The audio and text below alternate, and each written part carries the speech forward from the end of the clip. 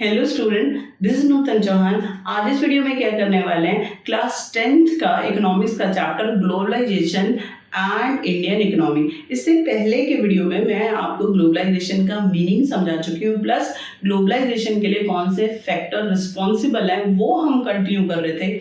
हमने टेक्नोलॉजी पढ़ा, बहुत बड़ा फैक्टर है जो ग्लोबलाइजेशन को बढ़ाता है। इंफॉर्मेशन कम्युनिकेशन पढ़ा, तीसरा फैक्टर हमने ट्रेड बैरियर पढ़ा। अब हम चौथा फैक्टर पढ़ेंगे लिबरलाइजेशन। क्या होता है लिबरलाइजेशन और ग्लोबलाइजेशन को इससे बढ़ने में कैसे हेल्प मिलती है, जरा देखना कंट्रीज आपस में कैसे जुड़ जाती है लिबरलाइजेशन की वजह से। आप जरा मेरी बात समझो, अगर किसी देश की government like India trade barrier बहुत ज़्यादा इम्पोज कर दे तो बाहर की कंट्रीज जो हैं वो आपके देश में यहाँ पर प्रोडक्शन यूनिट लगाने के लिए आएंगे, अपनी चीज़ों को बेचने के लिए आएंगे? नहीं आएंगे, उनका दिमाग थोड़ी खराब है। मान लो गवर्नमेंट ने यहाँ पर इम्पोर्ट ड्यूटीज लगाई हुई है कि बाहर से जो भी सामान बिकेगा वहाँ उसके ऊपर बहुत हैवी इम्पोर्ट ड्यूटी बाहर की कंट्रीज के जो व्यापारी हैं उनको देना पड़ेगा, तो वो क्यों आएंगे यहाँ पर? नहीं आएंगे ना। तो लिबरलाइजेशन का मतलब होता है कि remove restrictions from goods and services, ठीक है, which is import in your country. जो बाहर के देशों से आपके देश में चीज़ें बिकने के लिए आ रही हैं, गवर्नमेंट को उस पे से रिस्ट्रिक्शंस को, ट्रेड बैरियर्स को, इम्पोर्ट टैक्स को हटाना पड़ता है। तो उनको लगता है भाई हाँ कि यहाँ पर हमारी चीज़ जितने में बनी है हम उस हिसाब से उसको बेच सकते हैं, इम्पोर्ट ड्यूटीज़ नहीं लगी हैं तो बहुत महंगी नहीं जाएगी, तो अच्छे से यहाँ पे बिक जाएगी, हमें बहुत ज़्यादा प्रॉफिट होगा। तब ज़्यादा से ज़्यादा कंट्रियाँ आपके देश में इन्वेस्ट करेंगी, ज़्यादा से ज़्यादा कंट्रीज आपके देश में आएंगी अपनी चीज़ों को सेल करने के लिए, और गवर्नमेंट को भी फायदा होगा। बात समझ में आ गई क्या कहना चाहते हैं? समझ लो लिबरलाइजेशन, जहाँ मैं कह रही हूँ ट्रेड बैरियर में इम्पोर्ट टैक्सेस को लगाया जाता है रोकने के लिए, और लिबरलाइजेशन में हटाया जाता है ट्रेड बैरियर्स को, रिस्ट्रिक्शंस को, टैक्सेस को, इम्पोर्ट टैक्सेस को, कि ज़्यादा से ज़्यादा कंट्रियाँ फैसिनेट हों, अट्रैक्ट हों, आपके देश में चीज़ों को सेल करने के लिए आएँ। बात समझ में आई? ज़रा देखो, removing barriers or restrictions set up by government is what is known as liberalization। बता दिया मैंने आपको, remove taxes, restrictions from import goods or services, this is known as liberalization। आपको टैक्स नहीं लेना है, अब की बार गवर्नमेंट को करना है आ जाओ मेरे देश में बेचो अपनी चीज़ों को, दूसरे कंट्रीज को ये वेलकम किया जाता है और उनसे हैवी टैक्स नहीं लिया जाता, ठीक है। The government imposes much less restrictions than before and is therefore said become more liberal। Government में ये नहीं कह रही हूँ कि 1 रुपए का भी टैक्स नहीं लेना है, लेकिन पहले के मुकाबले अगर पहले हैवी टैक्स ले रहे थे तो अब माइनर बहुत लाइट सा टैक्स ले रहे हैं, ताकि जो दूसरी कंट्रीज हैं उनको यहाँ बेनिफिट दिखाई दे और यहाँ वो अपने प्रोडक्ट्स को इम्पोर्ट क्या करें, भेजें बेचने के लिए। बात समझ आ गई? तो इसको कहते हैं लिबरलाइजेशन, की गवर्नमेंट को थोड़ा सा लिबरल होना है, थोड़े से टफ नहीं बनना है, ज़्यादा रिस्ट्रिक्शंस नहीं लगाने, नहीं तो कोई आपके देश में इन्वेस्टमेंट नहीं करेगा। और आपके देश की इकोनॉमी अगर बढ़नी है तो सिर्फ आपके प्रोडक्शन से नहीं, प्लस दूसरे देशों का इन्वेस्टमेंट भी होना ज़रूरी है, ये बात आपको पता है। तो गवर्नमेंट को लिबरलाइजेशन पॉलिसी अपनानी पड़ेगी। It means remove restrictions and taxes from import और फॉरेन गुड्स एंड सर्विसेज। बाहर से आने वाली चीज़ों पे से रिस्ट्रिक्शंस को हटाना है, गवर्नमेंट को थोड़ा लिबरल बनना है, इसे कहते हैं लिबरलाइजेशन। ये है अनदर फैक्टर, जितना लिबरल किसी देश की गवर्नमेंट होगी उतना दूसरे देश की जो गवर्नमेंट है, कंट्रीज हैं, वो जुड़ेंगे और ज़्यादा से ज़्यादा आपके देश में दूसरे देशों के जो प्रोडक्ट हैं वो बिकेंगे, आएंगे। बात समझ में आ गया? अब आप नेक्स्ट देखो, World Trade Organization, another biggest factor which is responsible for globalization and countries strongly connect to each other। जो वर्ल्ड ट्रेड ऑर्गेनाइजेशन है ये बहुत अहम भूमिका निभाता है सारे कंट्रीज को आपस में जोड़ने के लिए। जरा आप ध्यान से सुनो, बहुत ज़्यादा इंपॉर्टेंट है, बट इसका एक नेगेटिव फैक्टर भी है, वो भी मैं आपको समझाऊंगी, पेपर में अलग से पूछ लेते हैं। सी ये है वर्ल्ड ट्रेड ऑर्गेनाइजेशन, समझ में आ रहा होगा, व्यापार का ऑर्गेनाइजेशन है पूरे वर्ल्ड में, जितनी चाहे कंट्रियां इसके साथ जुड़ सकती हैं, ठीक है। और जुड़ने के बाद वर्ल्ड ट्रेड ऑर्गेनाइजेशन उन्हें सारे ऑर्डर देगा, सारे नियम और कानून बताएगा कि भाई सारे कंट्रीज का फायदा हो, आपस में जुड़े, व्यापार करें। चलो ये बात तो आपको समझ में आ रही होगी कि world trade organisation is one such organisation whose aim to liberalise international trade.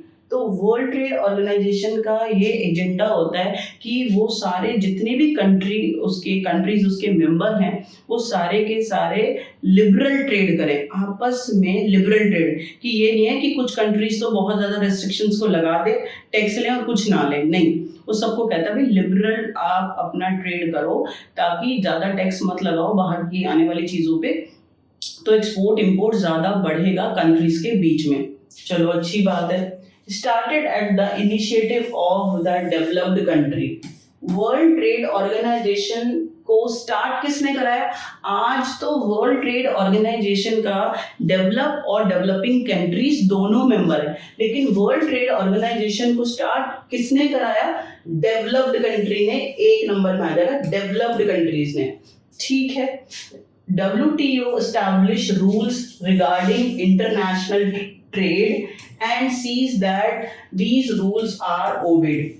WTO क्या कहता है? इंटरनेशनल ट्रेड, आपके इंडियन ट्रेड नहीं, एक कंट्री का नहीं, जितनी भी WTO की मेंबर है, वर्ल्ड ट्रेड ऑर्गेनाइजेशन की कंट्रीज मेंबर है, इंटरनेशनल ट्रेड उनमें एक्सपोर्ट इंपोर्ट होने वाला है कंट्रीज के बीच में, तो उसके लिए रूल एंड रेगुलेशन बनाती हैं कि अच्छे से व्यापार हो, ठीक है, सारे कंट्रीज का प्रॉफिट हो, और जितने भी रूल बनाते हैं ये भी चेक करते हैं कि सब कंट्रीज उसको ओबे करें, फॉलो करें। बात समझ आ गई?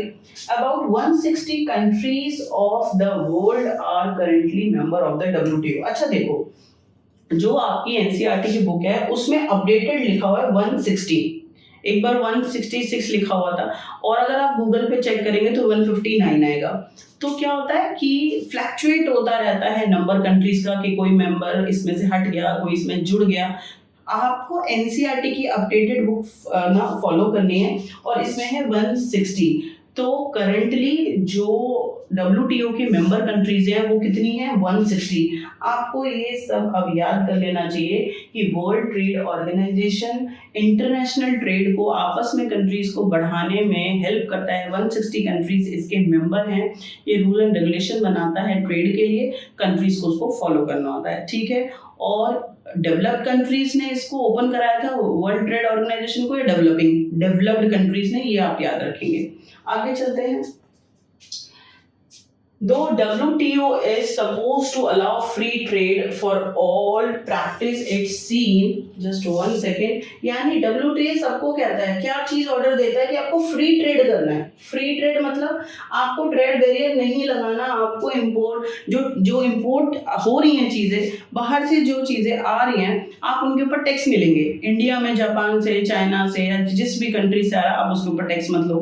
अमेरिका में इंडिया से कोई सामान आ रहा है तो वो उसके ऊपर इंपोर्ट टैक्स ना लगाएं, तो सारे कंट्रीज का फायदा होगा इसके बीच में। तो WTO ने ये नियम बनाया हुआ है कि जितने भी 160 मेंबर कंट्रीज उसके हैं वो जब आपस में ट्रेड करेंगे तो ट्रेड बैरियर रिस्ट्रिक्शंस ना इम्पोज करें, ये बोला हुआ है उसने। देखो जरा, दो WTO is supposed to allow free trade for all, in practice it is seen that the developed countries have unfair retained trade barrier. It means WTO world trade organisation तो ये बात कहता है कि भाई देखो, जितनी भी 160 कंट्रीज WTO की मेंबर है वो आपस में इंपोर्ट टैक्स नहीं लगाएंगी, ट्रेड बैरियर नहीं लगाएंगी, लेकिन जो डेवलप्ड कंट्री है ना वो अनफेयर प्रैक्टिस करती हैं, और जो डेवलप कंट्री हैं वो डेवलपिंग कंट्रीज पर इंपोर्ट टैक्स लगाती हैं, ट्रेड बैरियर लगाती हैं अपना ज़्यादा फायदे के लिए। गलत या सही है? तो बहुत गलत बात है ना।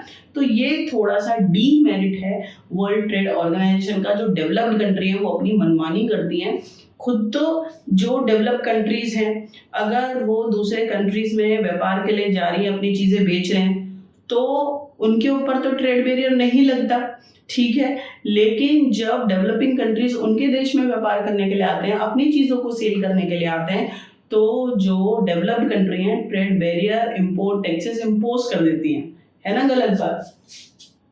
On the other hand, WTO rules have forced to developing countries to remove trade barrier. बेटा ये डीमेरिट है, अलग से आ जाता है, प्लीज, बहुत बहुत इंपॉर्टेंट है। WTO its agenda to liberal trade between countries, ठीक है, कि रिस्ट्रिक्शंस नहीं होने चाहिए, ट्रेड बैरियर नहीं होने चाहिए, आपस में जो कंट्री है उनका व्यापार फले फूले, ये बात है।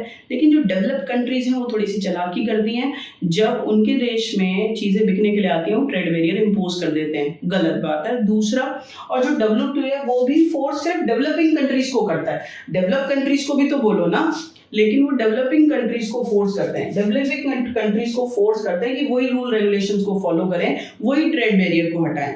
गलत है या सही है? थोड़ा सा गलत है। इसके ऊपर बहुत सारी डेवलपिंग कंट्रीज आवाज़ उठाते हैं, ठीक है। देखें कितनी जल्दी ये चीज़ें ठीक हो जाएंगी। तो थोड़ा सा नुकसान में रहती हैं डेवलपिंग कंट्रीज, क्योंकि जो डेवलप कंट्री हैं वो जब डेवलपिंग कंट्री में आती हैं व्यापार के लिए, चीज़ों को बेचने के लिए, तो उनके ऊपर तो टैक्स नहीं लगता, इम्पोर्ट टैक्स, ट्रेड बैरियर। लेकिन जब डेवलपिंग कंट्री डेवलप कंट्री में जाती है अपनी चीज़ों को बेचने के लिए, तो उनके ऊपर ट्रेड बैरियर इम्पोज कर दिया जाता है, इम्पोर्ट टैक्स को लगा दिया जाता है, ठीक है। तो ये थोड़ा सा नेगेटिव है एग्जाम्पल WTO का।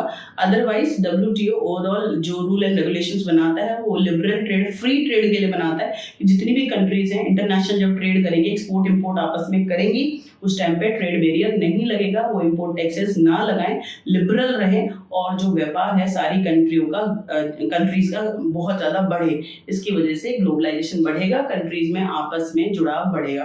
तो technology, information communication, trade barrier, liberalization, WTO, these all factor responsible for globalization।